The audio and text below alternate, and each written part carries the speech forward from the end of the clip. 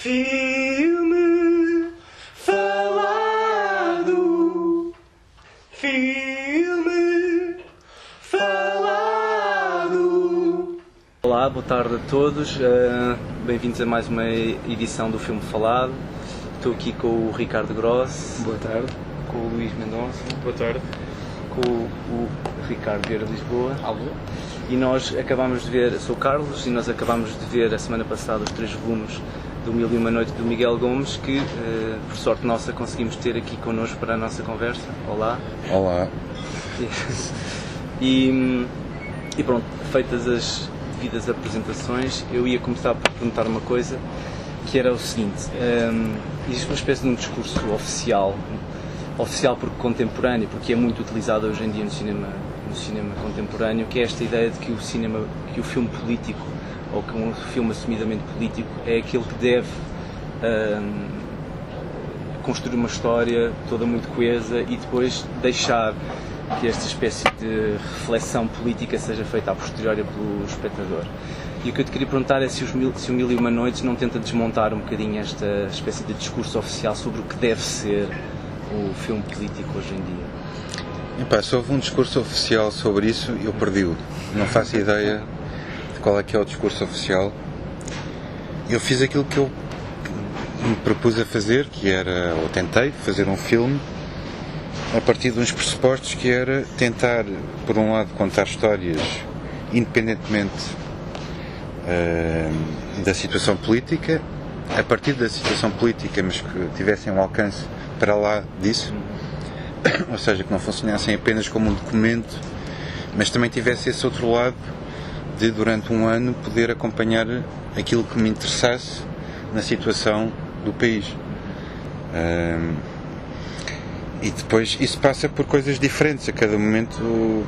A cada história que a Sherazade conta passa por premissas diferentes, e também era essa um bocado a lógica do filme, era de que o filme se fosse reinventando a cada momento na maneira de contar e de trazer personagens para o filme, e de politicamente não é um filme neutro, não, ou seja, desde o início se percebe que eu não tenho qualquer tipo de simpatia por este governo, mas também não sei se eu corro o risco de defraudar as expectativas da esquerda, porque eu também não tenho um caminho para o progresso a propor. Não tenho grandes certezas.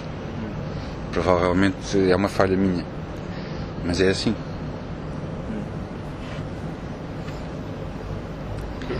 Eu tenho uma pergunta igualmente genérica, que está relacionada com o facto de há muitas pessoas em lugares-chave da produção dos teus filmes que transitam de uns para outros, e existe também, pelo menos desde do Tabu, um comitê central. Tu, em entrevistas, falaste muitas vezes de que a personagem principal deste As Mil e Uma Noites é o coletivo, é a comunidade. E eu gostava de saber se, em relação a este conjunto de filmes, até que ponto é que os sentes como uma criação tua, ou os sentes mais como uma criação partilhada, uma criação de várias pessoas? Há um aspecto do filme que não foi muito referido lá fora, nem cá dentro. Lá, boa tarde. Os whiskies é para aqui. É um para mim, outro para este senhor. À tua direita. Mas que tem a ver com o facto, no primeiro filme, a Sherazade tem uma breve aparição. Ela nem fala, sou eu que falo por ela, e ela vai para uma ilha, e nessa ilha estão as outras, uma comunidade de mulheres, as Virgens de Bagdá, que, ao contrário do que está no livro não há nenhuma ilha das Virgens. Não se pode falar de virgens, que acontecem acidentes. mas no livro não há nenhuma ilha das Virgens. Portanto, a Sherazade conta histórias ao rei para safar-se a ela própria, para impedir que lhe cortem a cabeça, mas também para impedir que cortem a cabeça, que aquele ciclo continue, que o rei continue a casar-se com as outras mulheres em Bagdá e que as mate. Mas ao contrário do livro, aqui no filme, estas mulheres inventam também histórias. Ou seja, ela diz, o que se diz nessa parte é que aquela comunidade de mulheres, no fundo, oferece um repertório de histórias. Sim, sim. Portanto, não é a Sherazade que é especialmente genial. Afinal, ela tem a ajuda de toda uma comunidade de mulheres. E, para te responder à tua pergunta, eu acho que se eu for a Sherazade deste filme, enfim, se me cumpre a mim o papel principal de propor, inventar personagens, histórias para a Sherazade, eu preciso, enfim, no meu caso não estou rodeado de virgens, acho eu, mas esses colaboradores que eu tenho, e tu falas do Comitê Central, o Comitê Central é um pequeno grupo dentro da equipa que, pelo facto de ser durante o processo de produção de um filme que as histórias vão surgindo e têm que ser trabalhadas, ou seja, não é uma coisa que exista à partida, mas que vai surgindo. Portanto, há um pequeno grupo que tem por incumbência escrever essas histórias ou ser obrigado a reagir àquilo que já foi filmado para propor outras coisas e, portanto, acontece que esse grupo funciona assim e não como na Ilha das Virgens, mas há um trabalho coletivo, de facto. E relativamente... Deixa-me só acrescentar uma coisa. Um trabalho coletivo, mas é preciso que hajam chefes. Sim, não... Há um mestre. Obviamente que isto não é uma democracia popular e se perguntarem às pessoas do Comitê Central, eu presumo que eles dirão que eu sou um ditador. E naquela história, a história da juíza que decorre num anfiteatro ao ar livre e em que de repente todas aquelas pequenas narrativas se ligam a outras, que se ligam a outras e que se ligam a outras e numa potência de infinito. Como é que vocês trabalham aquilo que foi escrito apenas por... Os filmes têm 3 argumentistas creditados. Numa situação que vocês conseguem trabalhar uma tapeçaria desse género a 3 ou aquilo foi obra de um só artista? Escrevemos os 3, como escrevemos cada história do filme, mas obviamente tivemos a participação das Virgens e neste caso das Virgens, a Ilha das Virgens é Portugal também. E, portanto, aquela listagem de crimes, muitos deles que eu acho que não existiam antes da crise ter começado. Por exemplo, dou um exemplo que é um dos meus preferidos, que é roubar o sistema de rega de um campo de futebol de um clube no interior do país. Coisas destas não aconteciam antigamente. Mas tudo aquilo resulta de uma compilação, foi uma das últimas histórias que nós filmámos em Portugal, e resulta de uma compilação dos jornalistas, que eram as nossas virgens também. E, portanto, foram eles que, durante os meses todos que precederam a rodagem desse episódio, que vieram com várias folhas A4 preenchidas com uma série de crimes, muitos deles bastante absurdos, que parecem bastante, têm uma dimensão quase surrealista, de coisas que parece improvável que se tenham feito, e portanto aquele encadeamento também tem a ver com o encadeamento dos crimes que vinham nessa própria lista. Portanto, os jornalistas, mesmo nesse caso de um filme que parece dos mais artificiais, dos mais afastados da realidade, muito mais um produto da imaginação dos argumentistas, partiu de bases muito reais, de uma compilação de crimes feitos entre agosto de 2013 e agosto de 2014 em Portugal, não agosto de 2014, porque nós escrevemos isso, presumo que em maio ou junho de 2014, mas durante aqueles 10 meses desde agosto de 2013. Eu tinha uma questão, não sei se... Não queres. Não, prendia-se com a questão do contador de histórias, a figura do contador de histórias, que eu vejo na tua obra, quer dizer, há um interesse e uma atração especial pelo trabalho sobre a narração, mais do que propriamente a narrativa. Existe uma sedução pelo ato de narrar e enfim, o que se pode extrair daí. E neste filme, a sensação que eu saí dos 3 volumes e fiquei com uma dúvida, que era se por um lado há uma tentativa de redimir um pouco esta figura do contador de histórias, que é uma figura, enfim, se não extinta, em vias de, não é? Hoje em dia nós deixamos que os noticiários façam as nossas histórias e não há espaço para o típico, para o tradicional contador de histórias, não é? Se por um lado redima ou se por outro lado verifica uma espécie de falência dessa figura, sobretudo com a conclusão do 3º volume, onde existe, enfim, falaste há bocado da questão da obra aberta, não é? E fica a sensação que existe um encadeamento, uma espécie de... que o filme se vai engaiolando o espectador e depois no final uma sensação de vazio, não é? Que foi uma manobra, não é? De certa medida uma manobra Sherazadiana e o país já está distante ao mesmo tempo. Eu sei que isto é uma pergunta... Sim, é uma pergunta complexa. Eu tenho a sensação que a Sherazade faz um percurso neste filme também. E eu acho que ela, chegando ao final do filme, ou seja, ao 3º volume e à história estás a falar dos passarinheiros, que ela, durante esse percurso, aprendeu qualquer coisa sobre essa questão, sobre contar histórias. E eu acho que o final é a possibilidade de alargar a narração, não a uma coisa, não a um modelo de narração em que existe uma dramaturgia, uma série de personagens vão fazer um percurso, têm um problema, vão ter que o resolver. Isto corresponde ao modelo clássico dramatúrgico de uma história.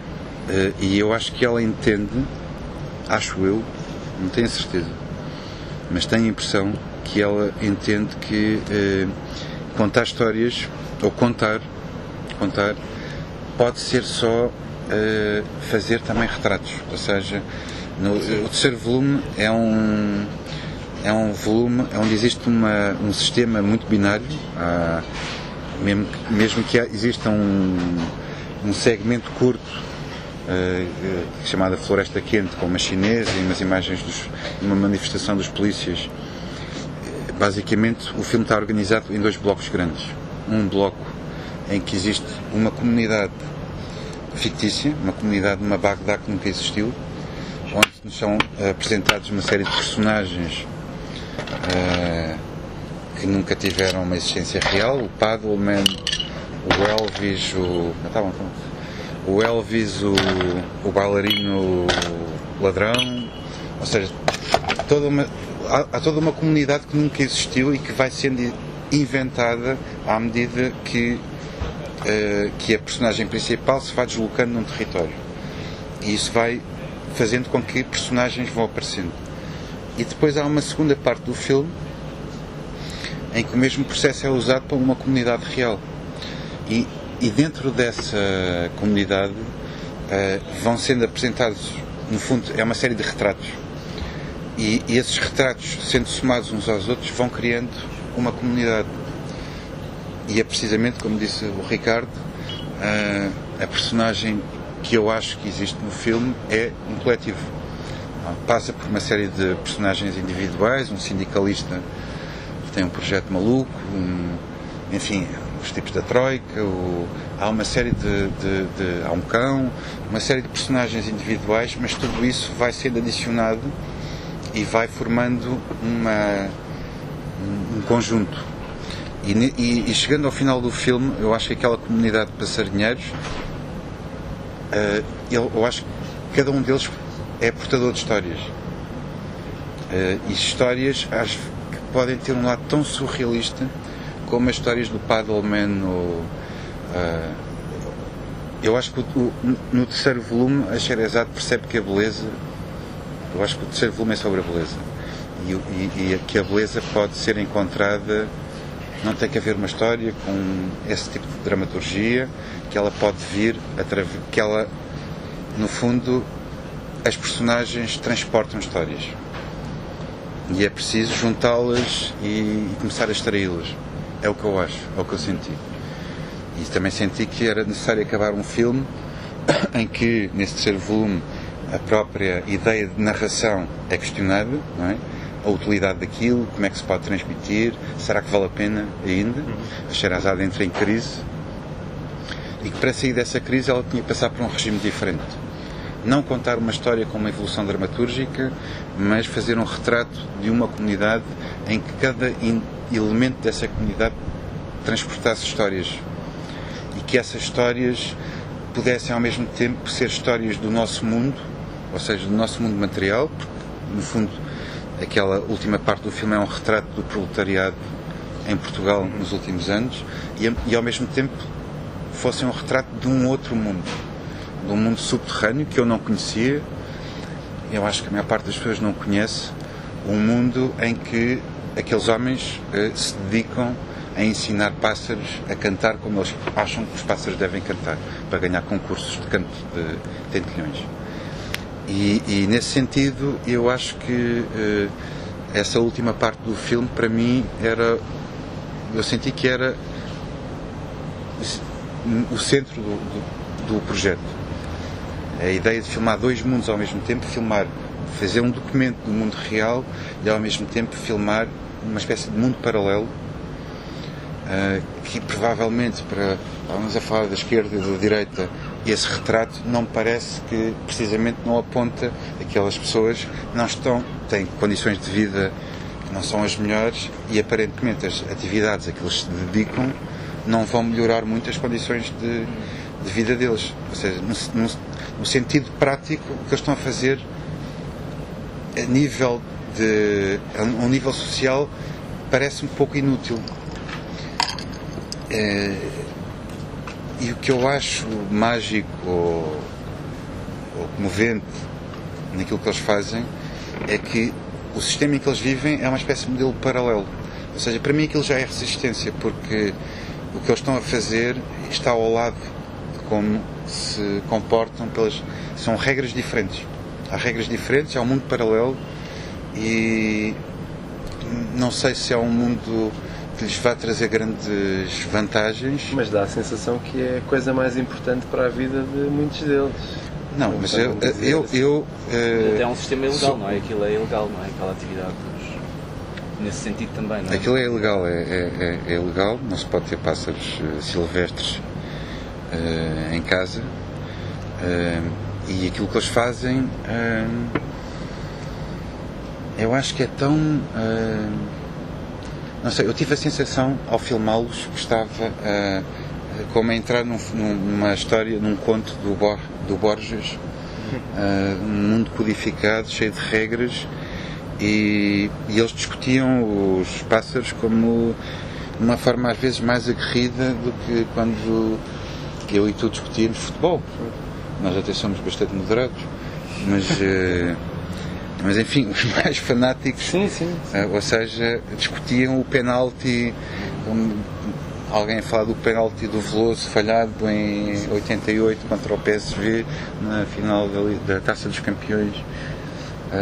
Eles falavam de um pássaro que cantava, enfim, e então a ideia de se construir uma comunidade a partir de pássaros, bairros, pessoas, e ir alargando a cada novo elemento que ia entrando, eu tinha a sensação que o universo se ia abrindo e que, aliás, eu tive a ideia de chamar a este terceiro volume da memória, ou seja, o primeiro era o inquieto, depois o desolado e depois o da memória, o volume da memória, no sentido em que havia uma memória de um mundo que nunca tinha existido, que era Bagdá, e outro mundo que nasceu na Mosgueira e em Chelas, e que através da vida daquelas pessoas e através daqueles rituais bastante circunscritos, não é? Porque são coisas bastante simples e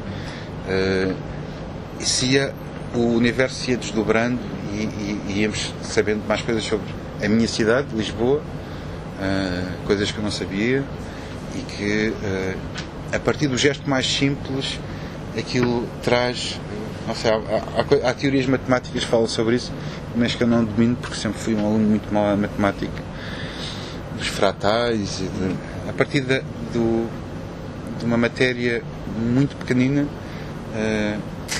aquilo transporta toda uma série de coisas que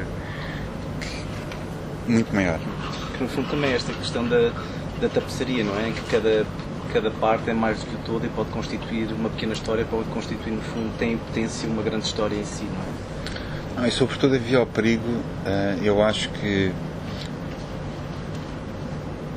acho que o filme, se tem a dimensão que tem, se tem é um filme com 3 filmes, se tem este tempo todo, é porque eu percebi que aquilo que eu queria mesmo fazer era não me fixar em nada, ou seja, ter a esperança que cada novo volume possa pôr em questão e pôr em crise até o volume precedente, e eu percebi isso na medida em que, na altura em que percebi que podiam ser 3 filmes, foi precisamente o momento em que achei que cada filme não era uma variação sobre o volume anterior, ou seja, era uma outra coisa. Aquilo que nós tínhamos filmado podia dar aso a que cada volume tivesse a sua própria orgânica, a sua própria identidade, e que essa identidade, num certo sentido, pudesse fazer conflito com a anterior. Eu gostava só de fazer um comentário muito breve antes da próxima pergunta, porque é irresistível. Para mim, quer dizer, o filme, de alguma forma, procura também refletir sobre uma série de acontecimentos que tiveram lugar num país preciso, num intervalo de tempo preciso, mas de repente o filme já está também a dar matéria de reflexão para episódios da história do nosso continente que estão a acontecer agora. Eu estava aqui a ouvir-nos a falar e estava a imaginar a negociação entre o governo grego e o Eurogrupo e a Sherazade do lado do governo grego a tentar adiar aquele golpe fatal, não é? A sangria de todo um país, e nós a vivermos aquilo a cada dia, não é? É uma sangria anunciada, mas parece que eles continuam a passar para o dia seguinte, e são sempre negociações derradeiras, e é agora que isto se define, e as coisas, e a ficção continua. Eu acho que a imagem mais paradigmática, em certo sentido, é aquele gênio preso na rede, não é? Em certo sentido, quer dizer, eu senti que eu próprio também fiquei preso a uma rede, nesse encadeamento, nessa espécie de fluxo, não é? De histórias, de hiperligações, dessa estrutura. O Ricardo, eu não queria roubar. Posso perturbar o vosso programa? Tenho aqui a jornalista Maria G. Oliveira, que fez o filme connosco, e já que vocês são 4, eu sou um. Sim. E ela trabalhou no filme e pode ter coisas a dizer, porque não fazê-la entrar. Ela neste momento está a trabalhar como assessora de imprensa, ou seja, passou do Luke Skywalker para o Darth Vader, e acho que era bom que ela pudesse participar. Eu, por acaso, em relação à cena que estavas a referir, o gênio preso, quando saí do cinema, partilhei uma interpretação que aparentemente ninguém teve, e eu pensei, ok, foi uma interpretação absurda, fui o único que vi isto, e portanto é ridículo estar aqui a discutir o que mais ninguém viu, ou se calhar não, que era esta coisa tirar o gênio da rede, era uma espécie de um resgate a custo zero, não é? E eu achei muita graça, porque ele está na rede, está preso na rede e de repente não leva sequer dinheiro para o outro senhor. Eu nunca pensei nisso, mas Acredito que sim, eu acho que os filmes têm a obrigação de proporcionar ao espectador momentos de delírio. E eu acho que isso é uma coisa boa. Eu, pelo menos... Isso depois não entra... Eu tenho uma curiosidade, que é em que medida é que não entra em conflito com enfim, um projeto que é eminentemente político, provavelmente o projeto mais assumidamente político, apesar de eu acho que... Enfim, eu gosto sempre de lembrar o Redemption, para mim foi um filme bastante perturbante, no bom sentido, em que me abanou, quer dizer, mas em que medida é que esse conflito é passível de ser resolvido, não é? Estávamos agora a falar, e eu acho que é muito marcante no início a tua confissão de que não sabes, não é? E a partir desse momento eu próprio senti-me um bocado lançado à rede, em que eu é que vou ter de me desembaraçar daqui. E nós quando temos à frente um país e uma realidade que pede respostas, que é uma realidade premente, não é? E quando vocês próprios também, em certo sentido, lançam o filme neste contexto, como é que esse... Eu gosto de ouvir isso por uma questão, é que às vezes fala-se de metacinema e a propósito dos meus filmes, eu acho que não é tanto isso, percebes? Não é tanto uma questão de me colocar, de colocar a dimensão do fazer o filme. É a questão da crise, é a questão de nós também fazemos parte disto. Ao fazer um filme, estamos a fazer parte de um sistema. E também é preciso mostrar isso. E eu gosto da ideia de não esconder as estruturas dos filmes, mas de começar por atirá-las à cara do espectador. Porque aí estamos juntos numa coisa. A partir do momento em que aceitem o repto, as regras são estas, como é que nós podemos fazer aqui um percurso juntos? Ou seja, o espectador tem uma parte ativa a desempenhar. Ou, enfim, o tipo da rede, não sei, também deliras, acho eu, mas falar disso, naquele terceiro volume há um gênio do mundo de Bagdá, que é um gênio rico, presumo eu, porque ainda tem vento e tem, enfim, ainda tem uma dimensão mitológica que o livro das Mil e Uma Noites e a ficção permite. Mas há vários génios ao longo do filme, há génios diferentes em todos os volumes. Há um chinês por volume, isso eu percebi só quando montei o filme. Há um chinês por volume e há vários génios por volume, há uns mais disfarçados, outros mais evidentes. E no 2 há estes dois génios, um gênio do vento clássico, que se confronta com a Sherazade, tem tudo aquilo que os génios do vento têm direito, poder de fazer vento ao seu redor, tudo isso, mas que são facilmente enganados, como toda a gente sabe, nas Mil e Uma Noites, os génios são facilmente conduzidos às lâmpadas. E depois um gênio da mosgueira, que não tem grande coisa para oferecer, que está pobre, que não está bem de saúde, que tem dificuldades, está muito sozinho, a mulher e os filhos se abandonaram, e portanto libertar este gênio da rede não traz grande coisa, mas enfim, mas nesse caso há essa oposição, porque no terceiro volume também há uma oposição muito grande entre quem conta e quem é contado, entre a ficção e a realidade, entre os ricos e os pobres também, e por isso aparecem dois génios tão diferentes. Mas eu gostava que vocês fizessem perguntas. Eu não quero, longe de mim, estar aqui a pôr-me no vosso lugar, mas eu insisto no facto da Maria G. Oliveira se ter sentado aqui e... Eu ia falar de uma questão, pode ser que acho que tem um bocadinho a ver com isso, que é, estavas a falar desta questão gostares de lançar à cara do espectador a estrutura logo do início, abrir as regras do jogo. E eu estava e lembrei-me de um... Para depois podermos transgredi-las melhor.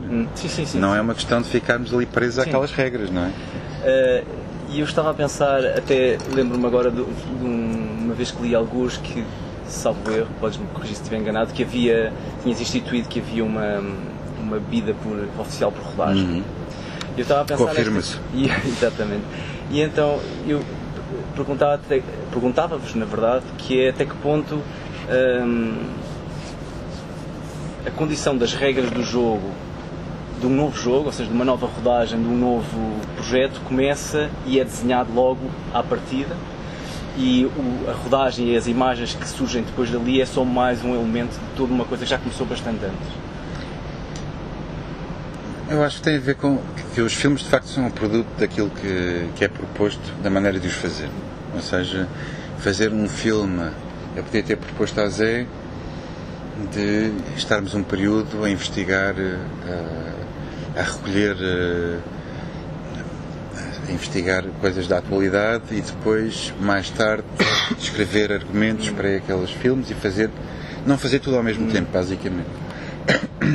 Mas eu achei que havia qualquer coisa que é uma espécie de utopia, completamente impossível no cinema, de fabricar ficção em direto. Ou seja, de haver uma resposta quase imediata, ficcional, a coisas que vêm da realidade. Ou seja, a Zé, já agora queres cumprimentar as pessoas? Boa tarde a todos. Ou seja, aquilo que a Zé e os colegas da Zé nos propunham de poder dar uma resposta, reagir em termos de ficção. E havia momentos em que, lembras-te, vocês entravam no gabinete do Comitê Central e a gente lia o que é que tínhamos escrito e era um dos momentos que mais me divertia no filme, era de ver a reação dos jornalistas ao nosso trabalho sobre a realidade que eles nos tinham trazido. Se eles faziam uma cara, se pareciam ofendidos, enfim, eles têm um código deontológico bastante rígido, o que é lamentável, porque eu acho que podiam fazer um melhor serviço se fossem... Também transgridem muito esse código. Mas transgridem por mais razões. Nós não transgredimos por mais razões. Mas pronto, havia esta... Já agora a bebida oficial deste filme era vinho da Madeira e foi uma má opção, acho eu, porque era muito... Doce. Era muito doce. Mas não tenho nada contra o vinho da Madeira. Mas não sei, porque eram filmes muito diferentes e se calhar não devia ter havido uma bebida oficial de cada história da Sherazade e não uma... Era impossível haver uma bebida oficial para tudo. Acho que podíamos ter passado do bagaço para a Madeira, para o gin mais tonic. exótico também. Daiquiri, morrito. Em relação a esta coisa de tentarem apanhar os bocadinhos das coisas que acontecem, eu ao ler sobre o processo, eu fiquei com a ideia de que parece que é preciso, para o Miguel e para as pessoas todas, filmar muito para encontrar o filme. Normalmente há um trabalho de preparação, não é? Muito grande. Parece que é preciso criar uma espécie de arquivo e fazer um filme de arquivo sobre as imagens recolhidas. E por isso, Num certo sentido, o filme ser o arquivo. Sim, exatamente. Filmar e depois encontrar o filme como no Redemption a partir de imagens quase com uma distância. Eu sinto o filme muito de montagem, muito de... Vamos lá ver o que é que eu consigo fazer com estas coisas todas que eu andei aqui a recolher. Mas também de estreitamento, porque até do primeiro, até o Carlos até observava isso, eu acho, parece-me lapidar, que é do primeiro, enquanto no primeiro há uma espécie de superabundância de coisas, depois o último é um espaço de quase total aridez, é o tal precipício sobre o vazio, ou sobre a própria estrutura, não é? A estrutura regimes, não é? Deixa de ser inspiração na estrutura e passa o filme a ser a estrutura ela mesma.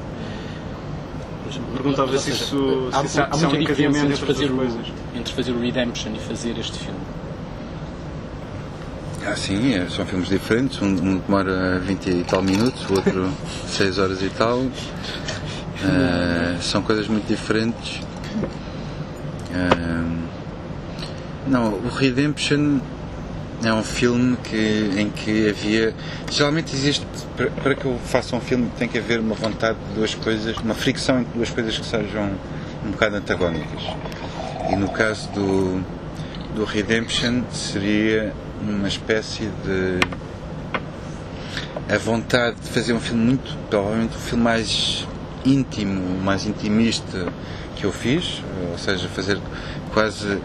passar a um nível de quase próximo da confissão, de ter personagens a dizer coisas que são coisas muito, muito íntimas e ao mesmo tempo ter personagens que são o oposto disso. Há uma fricção entre quase o estatuto público dessas personagens e a dimensão muito íntima de personagens que podiam ser, enfim, sou eu, são projeções de coisas que não têm a ver com aquelas pessoas em si, mas quase essa luta entre uma dimensão pública e uma intimidade quase anónima. Neste filme eram outras questões, mas também há essa, eu acho que essa também se coloca, porque eu acho que o filme todo tem há uma relação muito grande entre uma esfera íntima, há muitas personagens solitárias, mesmo às vezes, por exemplo, aquele sindicalista do Adriano Luz, feito pelo Adriano Luz, tem aquele projeto político um pouco insensato de pôr os desempregados todos a fazerem o banho do 1º de janeiro, entre aquele tipo de obsessão, um personagem obsessivo que tem um projeto completamente singular e a dimensão pública daquele banho. Eu acho que as coisas jogam muito aí. Ou um exemplo mais evidente talvez seja o momento em que no 3º volume existe o discurso de uma chinesa que nunca se vê, e é um discurso sobre a vida dela e sobre a intimidade dela e como ela conheceu um namorado e como ela engravidou, enfim, a vida dela, sobre imagens em que estão milhares de pessoas em cada plano. A cada plano nós cortamos e estão 5.000 de um lado, depois cortamos, estão mais 3.000, e portanto entre uma voz única e muito frágil, ainda por cima de uma mulher, e planos com homens, muitos homens juntos, ainda por cima bastante zangados, essa fricção entre o íntimo e o público, uma dimensão pública, coletiva, eu acho que o filme se joga muito a esse nível. A minha pergunta era um bocadinho mais sobre a ideia do processo, não é? De como é que eu junto as peças. Não é? E porque o filme, Os 1001 Noites, é essencialmente um filme de estrutura, não é? De como é que eu junto as peças, como é que eu conto estas histórias todas que eu me propus a contar. Eu tenho uma resposta muito simples, nós fomos filmando e depois houve uma parte que tínhamos que juntar aquilo tudo. Vou ser honesto. E tivemos que pensar o que é que vinha antes, o que é que vinha depois e que tipo de progressões, que tipo de movimento é que faz a passagem de uma coisa à outra. Isso a cada momento tem motivações diferentes, não é? Não há uma espécie de pensamento coletivo sobre aquilo. Ou seja, mas o que aconteceu foi que nós filmámos uma série de coisas, nós tivemos que aceitar esta coisa que vinha, esta nossa âncora com a realidade. Ou seja, nós sabíamos, estávamos ancorados na realidade, que havia uma série de situações que nós iríamos filmar sem saber o que é que poderia vir. Tínhamos este vínculo com os jornalistas, eu estou a ver se arranjo uma maneira de pôr a Maria já a falar, e quando estávamos a filmar não imaginávamos, nem era prioritário, nem era sequer importante pensar em que lugar é que as coisas viriam, se viriam sequer, não sabíamos. Íamos estar a filmar, a chamar uma série de atores e depois aquilo não ter lugar no filme, arriscávamos a isso. E depois, como tu disseste, percebemos que o filme tinha que ser, não podia deixar de ser, se quiseres, também o arquivo daquilo tudo, ou seja, da maneira de fazer, e que não podíamos renunciar a nada. Quer dizer, renunciámos a muitas cenas, filmámos muita coisa que não está no filme, mas todas as histórias estão no filme. E que o filme devia ser não só esse caminho para chegar a algum sítio, mas o ponto de chegada valia talvez menos do que o percurso. Então, a minha pergunta, acho que é mais ou menos, é como é que se acaba, como é que se para? Porque eu diria que seria a conta bancária, mas provavelmente... É a conta bancária e o calendário, não é? Maria José Oliveira, podes-me...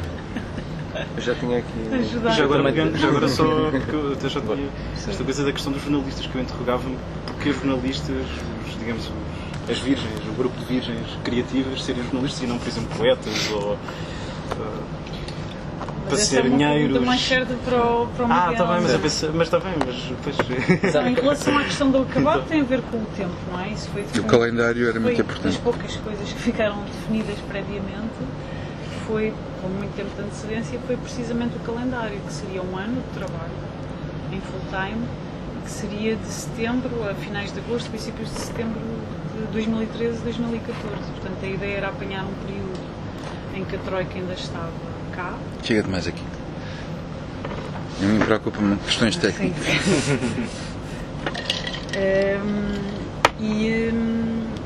E essas histórias que depois aparecem no filme, que nós publicámos também muitas delas, algumas publicámos, outras não no site, só acontecem durante esse período. Portanto, aconteceram durante aquele período. Podiam ser tantas histórias, não é? Podiam ser 5 anos a contar histórias sobre um ano, não é? Isto podia nunca mais terminar. Não, aquilo era, como o Miguel há bocado estava a dizer, em termos de filmagem, o nosso trabalho também era mais ou menos em tempo real. Portanto, nós não íamos para os sítios, nem fazíamos trabalhos sobre coisas que aconteceram há um mês ou 2 ou 3 atrás. Quando as coisas estavam a acontecer, nós íamos para lá. O que aconteceu ainda assim, que houve ali uma diferença de tempo, foi na história do Palito, que é a história do Simão. Nós aparecemos, nós fomos para cima, passado talvez duas semanas, não mais, 2, 3 semanas depois de ele ter sido capturado. Portanto, a ideia era sempre estar em cima do acontecimento, como se costuma dizer, e fazer um trabalho jornalístico onde tínhamos tempo e tínhamos espaço, que é uma coisa que não há nos jornais. Estava-me a lembrar a certa altura no filme, acho que é sobre o Dixie, que se diz que era a máquina profissional de amar, não é? E esta um bocadinho esta coisa da máquina profissional de Não diz profissional. Não é profissional, é que é... Não, é uma máquina de amar e uma máquina de esquecer. Mas é só máquina? É só máquina. Ok, pronto. Mas para mim estava a pensar nessa coisa do criar na rodagem, um sistema de rodagem, uma máquina capaz de, em tempo real, poder responder até de forma ficcional à realidade, não é? A forma ficcional é mais que o Comitê Central, não é? Sim, mas é um grupo, não é? Tu dois faz parte de todo um grupo. Mas nós trabalhávamos autonomamente. Ok. Separávamos uma parede, estávamos no mesmo sítio, falávamos. Mas tinha uma janela e eu, desde que eu tinha que subir a um banco, mas dava para espreitar o que é que eles andavam a fazer. Mas nunca ninguém gemia nem do lado nem do... Próximo, não sei o que é que devo dizer sobre isso. Uma das coisas que eu acho que eu acho mesmo comovente nos Mil e Uma Noites é a capacidade de poder, por um lado, e até outra vez com a questão da tensão, ou da fricção, se quiseres, que é esta capacidade que se pode ter, eventualmente, de friccionar até ao limite aquilo que é o discurso oficial de um jornalismo, não é? Que é esta coisa de narrar uma história de um determinado código e poder rompê-la ao ponto da ficção, não é? Poder responder, dizer o que é que esta história seria se fosse uma ficção ou se contivesse elementos de ficção. Uma coisa que eu e o Miguel aqui há uns tempos estávamos a falar sobre isso e achámos engraçado, porque às vezes as pessoas fazem uma distinção muito grande entre a realidade e a ficção, e às vezes ela não existe. Em muitos casos não existe. Nós deparámos aqui com muitas histórias em que a realidade era tão inverosímil e tão delirante que quase que era preciso ficcionar Ao contrário, para lhe tornar dar credível. credibilidade. Para lhe dar credibilidade. E nós deparámos com histórias deste género. E, portanto, às vezes a distinção não é assim tão... Mas nós tínhamos um professor na escola de cinema, o João Maria Mendes, que dizia que a realidade não é garantia de plausibilidade. Portanto, quando as pessoas diziam, não, mas isso aconteceu, eu soube, alguém me contou que isto foi assim e tal. Calma aí. Há aquela frase do Bazin, é preciso sacrificar alguma coisa ao real para se chegar ao real.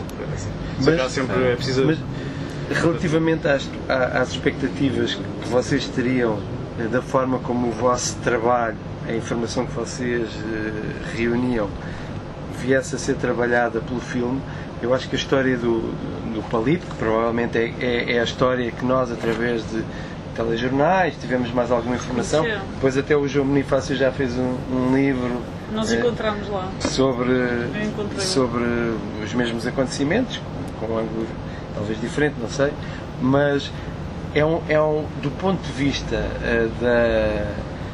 da narrativa, é dos episódios mais áridos.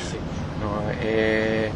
É quase assim uma espécie de um western existencial, um homem com uma paisagem, um homem que se confunde, um homem que desaparece, um homem que surge, que faz parte daquele mundo natural, e talvez por fazer tão parte desse mundo natural é que só é apanhado quando desiste de estar em fuga, não é? Eu é que decido quando é que vocês me apanham, não é? E pronto, e é uma coisa que está num campo quase no extremo do vosso trabalho. Houve aí também uma espécie de uma aprendizagem de duas linguagens que são distintas, mas que podem comunicar, ou vocês sentiram, tanta coisa, tanta informação, tanta coisa porreira que nós juntámos e agora faz um filme assim tão, aparentemente tão vazio de episódios, quer dizer, há sempre coisas a acontecer, há sempre a ação, mas eu nunca tive esse tipo de expectativas, nem tive grandes expectativas. Eu não sabia o que é que ia acontecer. Era a primeira vez que estávamos a trabalhar, era a primeira vez que eu estava a trabalhar num projeto destes, era a primeira vez que um projeto destes estava a ser feito, e os outros jornalistas, os outros dois, a mesma coisa. De qualquer forma, eu nunca senti em nenhum momento, mesmo vendo o filme pela primeira vez, que não era suposto sentir sequer, ou seja, eu nunca senti, este gajo tinha aqui uma bela história escrita no site, não sei o quê, e transformou isto, ou falta ali qualquer coisa. Eu não senti isso, quer dizer, a partir do princípio, partimos todos, acho que quando estávamos a trabalhar para o site, estávamos a fazer trabalhos jornalísticos, reportagens jornalísticas. E por isso é que eu estava falando na questão de trabalhar autonomamente. Depois há o Comitê Central e eles podem... Era aquela sensação, brinquem com isto que nós estamos a dar, à vontade, façam o que quiserem. Nós não vamos sentir qualquer espécie... Porque nós não estávamos a trabalhar, quer dizer, não estávamos a pensar que íamos fazer uma reportagem para a televisão ou um documentário. Um livro com as histórias não é? Portanto, todas. A ideia não era essa. Mas a verdade é que há coisas tão... Por exemplo, há pormenores, desde coisas tão práticas como quando o Palito encontrou o padeiro, com que nota que ele pagou, qual foi o troco que ele recebeu, que estão lá no filme. E foi ela que me deu. Foi a Zé que me deu. E isso conta tanto como coisas que obviamente não aconteceram, como aquele banquete e aquele encontro com 3 meninas. Não sabemos. Ou o facto no filme o Simão falar sozinho e fazer o jogo da vermelhinha. Isso tem a ver com o universo do ator que fez o filme. Portanto, era ele que presumo que tenha tido alguma experiência. Porquê é que ele vai tomar banho com as botas calçadas? Eu não lhe disse nada. Tínhamos acordado que era só não, o que é magnífico às vezes com atores que não são atores é que eles fazem as coisas menos previsíveis, ou seja, à partida, a minha maneira de trabalhar com não atores é dar-lhes uma situação e depois eles fazem, pelo menos na primeira take, eles fazem o que querem. E há não atores que fazem coisas que são inexplicáveis, mas que são tão sedutoras, ou pelo menos a mim seduzem-me, que ficamos pela primeira take. E o Chico Chapas é um ator de primeira take. Ou seja, eu proponho uma situação e ele, por exemplo, decide entrar num lago sem descalçar as botas. Não fui eu que pedi para eu não descalçar as botas. Eu acredito que possa ser, porque aquilo é precioso. Por causa Se lhes das- roubassem as botas, por causa como das é andar pedras, se calhar naquele tinha terreno pedras. sem botas, é o mais importante. coisa- Há coisas práticas como, por exemplo, aquilo tem muitas pedras, Sim. portanto é melhor estar com Sim, calçado do que... Mas eu não faço ideia porque é que ele fez aquilo.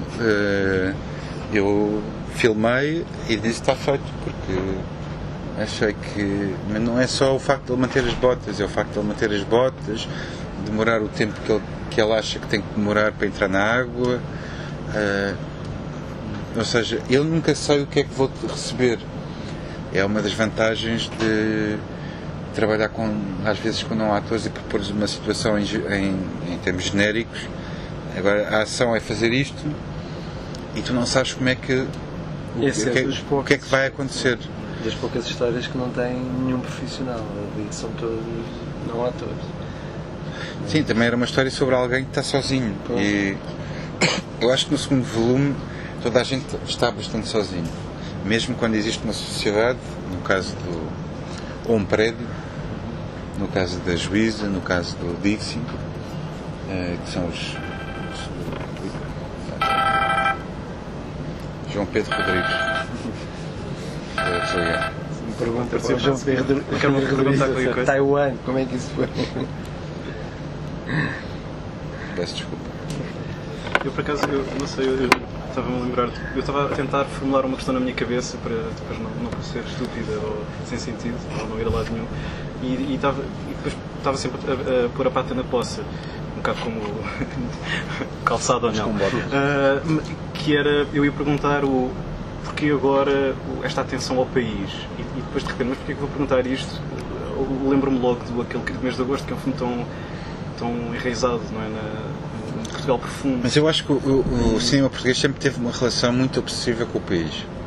O país não é grande, porque, não te consigo dizer, porque eu não consigo responder pelos outros, mas o cinema português sempre teve esta relação bastante obsessiva com o país.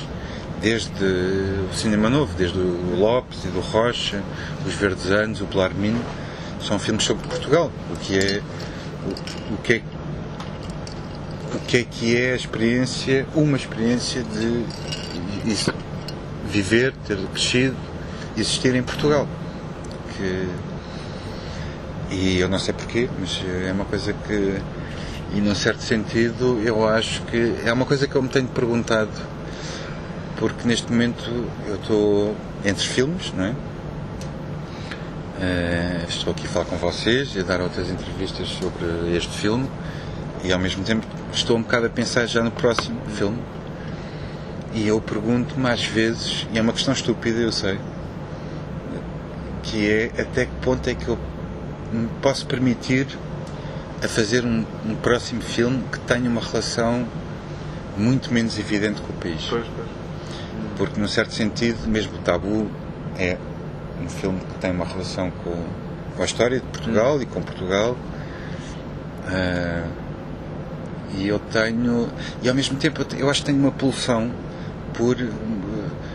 No outro dia estava-me a perguntar porque é que tu vives em Lisboa e não filmas Lisboa. Estava em França, estava numa conversa com um crítico num festival e ele perguntou-me isso. E eu nunca me tinha posto esta questão, porque é uma relação menos... porque é que Lisboa não aparece tanto nos teus filmes? E eu nunca tinha pensado muito nisso. Acho que dei uma má resposta e depois fiquei a pensar, quer dizer, eu acho que na altura respondi porque quando eu quero filmar eu quero estar num sítio que não é o sítio onde eu costumo estar, E então eu tenho vontade de fazer filmes noutros sítios muito longe de Lisboa e, se vocês quiserem, até de Portugal. Tens de estar desconfortável, é isso? Ou não há uma questão de... Eu acho... Eu tenho posto esta questão, até que ponto é que eu posso permitir fazer um filme que tenha uma relação muito mais distante com o meu país. Não sei. Mas deve ser o meu lado. Eu quando era pequeno fui à catequese e enfim, se calhar é um problema católico, é a questão da culpa, não é? A gente não se consegue livrar disto. E se eu tenho direito a isso, se tenho direito a fazer uma coisa que não tenha a ver com o país. O país é tão pequeno. Depois do As Mil e Uma Noites, é isso? Não, sempre. Pronto, eu fiz um filme com o Grosso que ninguém viu. Fiz um filme com o Ricardo Grosso, está aqui ao meu lado, que ninguém viu, A Cara Que Mereces, que tinha uma relação. Antes de ter uma relação com o país, uma relação muito mais distante com o país, tinha uma relação comigo próprio. E depois disso acho que os filmes têm essa relação com o país. E agora não sei o que é que eu posso permitir. E a esta altura também já, quer dizer, o teu segundo país também já é constituído pelos filmes que tu fizeste antes, porque é uma série de figuras, de enfoques que passam de uns filmes para outros. Eu quando vinha para cá falar com o Luís, disse que às vezes ocorria-me a imagem destas Mil e Uma Noites ser uma espécie de best-of de inéditos, não é? Quer dizer, tudo aqui remete para coisas que já vistas, já filmadas, espaços geográficos, atores, amigos, mas que estão trabalhados de uma forma nova. Em alguns casos, para umas pessoas estão melhor agora do que estavam antes, ou antes estava melhor, por outros casos está bem, pronto, veio antes, e muita gente não conseguirá fazer estas correspondências. Então, quando falamos daqueles evangelizadores de porta que fazem parte de um filme que não consta na filmografia oficial do realizador, isso aí já é uma coisa muito... Não podes falar de coisas que... Não podes falar de coisas... Informação privilegiada. Exatamente. Queria perguntar uma coisa que não tem nada a ver, mas que eu acho muito interessante no filme, que é... No terceiro volume, eu li alguns que tinhas dito que o volume tinha o episódio dos passarinheiros é aquele que tem mais, dos centelhões é o episódio que tinha mais tempo, tinha filmado mais tempo, e pensei nesta questão, partir da notícia, do documental, da história, e deixar-se apaixonar ou interessar, embrenhar numa comunidade, num grupo, numa pessoa, quer que seja. E eu acho muito engraçado que neste filme nota-se muito que é esta espécie de entrada em determinadas histórias, comunidades, espaços, através do olhar animal. E isso interessa, eu queria saber se isso é olhar animal, não no sentido, temos aqui o cão, mas temos, ou seja, há esta coisa, o galo, a vaca, há muita referência, há muitos animais no teu filme, e eu ia te perguntar se tem só a ver com... Se calhar é uma lado franciscano, de facto. Mas... Há muitos animais nas Mil e Uma Noites. Pois é isso. Sim. É isso. Mas os animais nas Mil e Uma Noites têm... Tem voz, diz logo. E têm vozes diferentes e percepções diferentes da realidade também, não é? Porque, sei lá, entre o Dixie, que é o personagem feliz do segundo volume, é o único que parece relativamente tranquilo e contente, ou a consciência do galo, que teve quase para ganhar umas eleições. Eu reparei que na projeção de São Jorge do primeiro volume estava o António Costa. Não sei o que é que ele achou sobre aquela disputa eleitoral entre o PS e o Galo. Acabou por ser ganha pelo Galo. Eu não tive a oportunidade de falar com ele no final. Não sei o que é que ele achou sobre isso.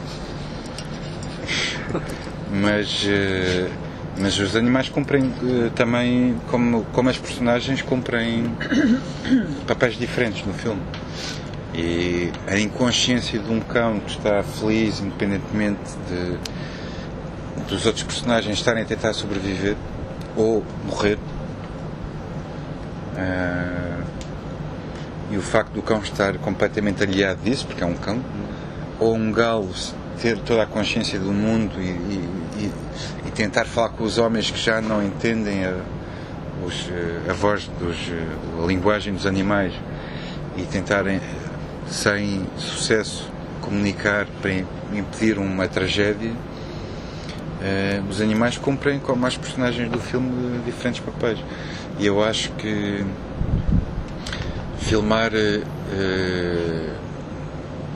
uma coisa chamada As Mil e Uma Noites é obrigatório, tem que se passar sempre pelo facto de ter personagens que não são humanos, e que são génios ou são animais, e que isso é uma outra maneira de dar voz às pessoas, não é? É um esquema antigo. Mais uma questão que tem que ver com, ou seja, este creio, o filme tens mais orçamento, não é? Tens mais meios, e na verdade são duas perguntas, não é? Por um lado, o filme explora uma série de coisas meio primitivas, não é? Das sobreimposições para fazer os fantasmas e coisas desse género, e por outro lado é filmado em vários sítios, em várias línguas.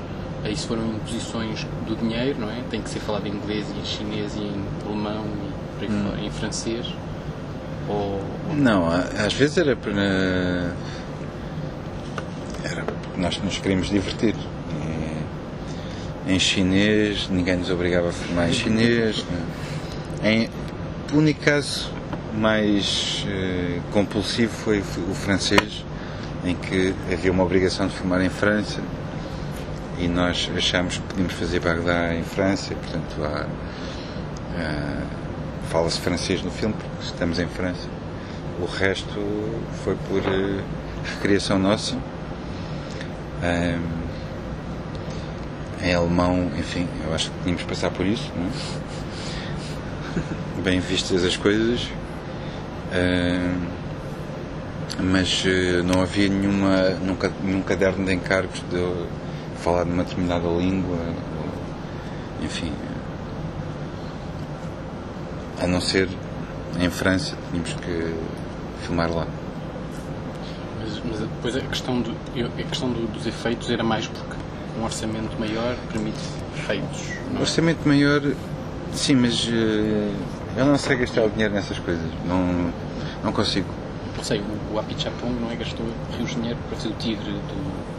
Foi? Não sei. Sim, acho que gastou quase 2/3 do... Não sei, eu filmei com o diretor de fotografia dele, mas ele não fez esse filme, não fez nem esse, nem o Tropical Melody, nem o último, estava comigo, e portanto não sei nada sobre isso, mas mesmo, eu acho que o Apichatpong tem um gosto também pelo... Ele, aliás, tem uma exposição chamada Primitive, e há um fascínio por esse poder que o cinema tem de fabricar fantasmas e de inventar fantasmagorias a partir das técnicas mais elementares e mais primitivas, tem a ver com o princípio do cinema. E portanto, quando nós filmamos o fantasma do cão, ou quando fazemos um efeito com a bailarina no terceiro volume que dançar sobre o grão vizir, são efeitos básicos, e que neste momento há menos, acho que tem menos lugar, ou que existe menos disponibilidade para os fazer, porque entretanto o cinema ficou mais sofisticado tecnicamente, mas tudo essa sofisticação vem de uma coisa que não me interessa a mim, que é de um reforço do efeito de realidade. Ora, eu não quero convencer o espectador de que aquilo que ele está a ver é mais elaborado ou mais realista mesmo nos efeitos. O que eu quero é que aquilo pareça um artifício. E eu acho que os artifícios que o cinema produziu no início são magníficos. Não vejo razão para me atualizar digitalmente com esse tipo de coisas. Mas eu acho que os artifícios no cinema só visam dois objetivos. Ao pôr a pessoa de queixo caído perante a proeza técnica, nunca vi isto no cinema, como é que eles fizeram isto? Ou então comover o espectador. E há um momento neste filme que eu já vi várias vezes referido, que é quando há a utilização da música do Lionel Richie e que se abre a janela daquela casa onde se fuma muito e de repente sai aquele fumo todo. Pois, aquilo pode ser entrecosto com aqueles cigarros que eles fumam, está tudo junto. E de repente aquilo, pronto, é uma coisa assim, é pura liberdade expressiva. Isto significa o quê? Não interessa o que é que significa, é emocionante, tu comoves-te com aquilo. Pronto, não estou a dizer se é melhor isto ou se é melhor aquilo. Há coisas que James Cameron já fez com tecnologia aplicada ao cinema apuradíssima e que até se calhar estão num território intermédio. Mas hoje em dia o que nós vivemos é soterrados de filmes que tentam fazer mais rápido, mais perfeito. Também existe é uma coisa quase um atletismo do cinema. Cinema internacional ou cinema ligado aos circuitos festivais e por aí fora, existe muito este apelo, esta resposta ao apelo do primitivo, do cinema primitivo. Não falaste ao Pichatton, mas há outros cineastas, o Carlos Regadas. Aliás, agora lembrei-me de uma coisa, desculpa lá se depois isto se escapa, que um dos momentos para mim mais bonitos dos três filmes é um plano, a mim faz-me lembrar o Nouvelle Vague do Godard, em que há uma mão dela que entra no quadro e que depois aquele traz maços de tabaco e o outro que vai buscar aquela mão, e há um plano no Nouvelle Vague em que há um braço masculino que toca num braço feminino, mas pronto, aí tem uma outra poética, não é? Ali tendo os maços de tabaco e aquilo de repente vai logo para a realidade pura e dura, mas é bonito também essas coisas, não é? E aquilo não existe nada a não ser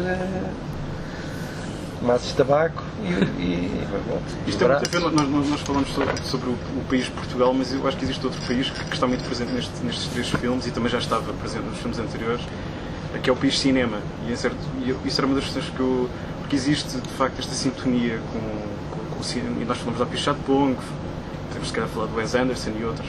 Eu tinha alguma curiosidade em saber qual é, não é a tua dieta cinéfila, mas como é que isto é, se calhar, autopsicanálise que eu obrigo a fazer, mas como é que é feita como é que se constroem essas afinidades no teu caso, pensando, por exemplo, eu estava a falar, até penso que foi com o Ricardo, sobre isso, por exemplo, um cineasta como o Pedro Costa, que tem uma relação quase de ruptura com o cinema, mesmo nas tuas preferências e naquilo que aparece nos filmes, com o cinema que está aí a ser feito. Não é? Normalmente são as referências clássicas e agora este foi o Chaplin, o Griffith e por aí fora, e eu vejo uma sintonia mais forte com o contemporâneo, com o cinema contemporâneo. Não sei, não posso responder pelo Pedro Costa, não é? Sim. Eu acho que já tenho dito isso várias vezes, a propósito do Tabu também, que uma das coisas que, quando eu estou a filmar, uma das coisas que eu tenho, eu normalmente não costumo ver filmes antes de nem mostrar filmes à equipa, essas coisas, não pratico isso, mas há essa dimensão de ser espectador de cinema e de ter, mas também de ser ouvir discos e música e ouvir, enfim, da minha experiência passa para os filmes ser as coisas que eu conheço, pessoas que eu conheço, mas também coisas que eu vi e que eu vivi, mas como espetáculos, como filmes ou música, e portanto essa coisa está incorporada em mim e eu não penso muito racionalmente quando estou a filmar. E portanto nunca me coloco essas questões de que filmes é que estou a convocar para aqui, ou que filmes. Há uma série de filmes e eu acho que há espaço para filmes diferentes.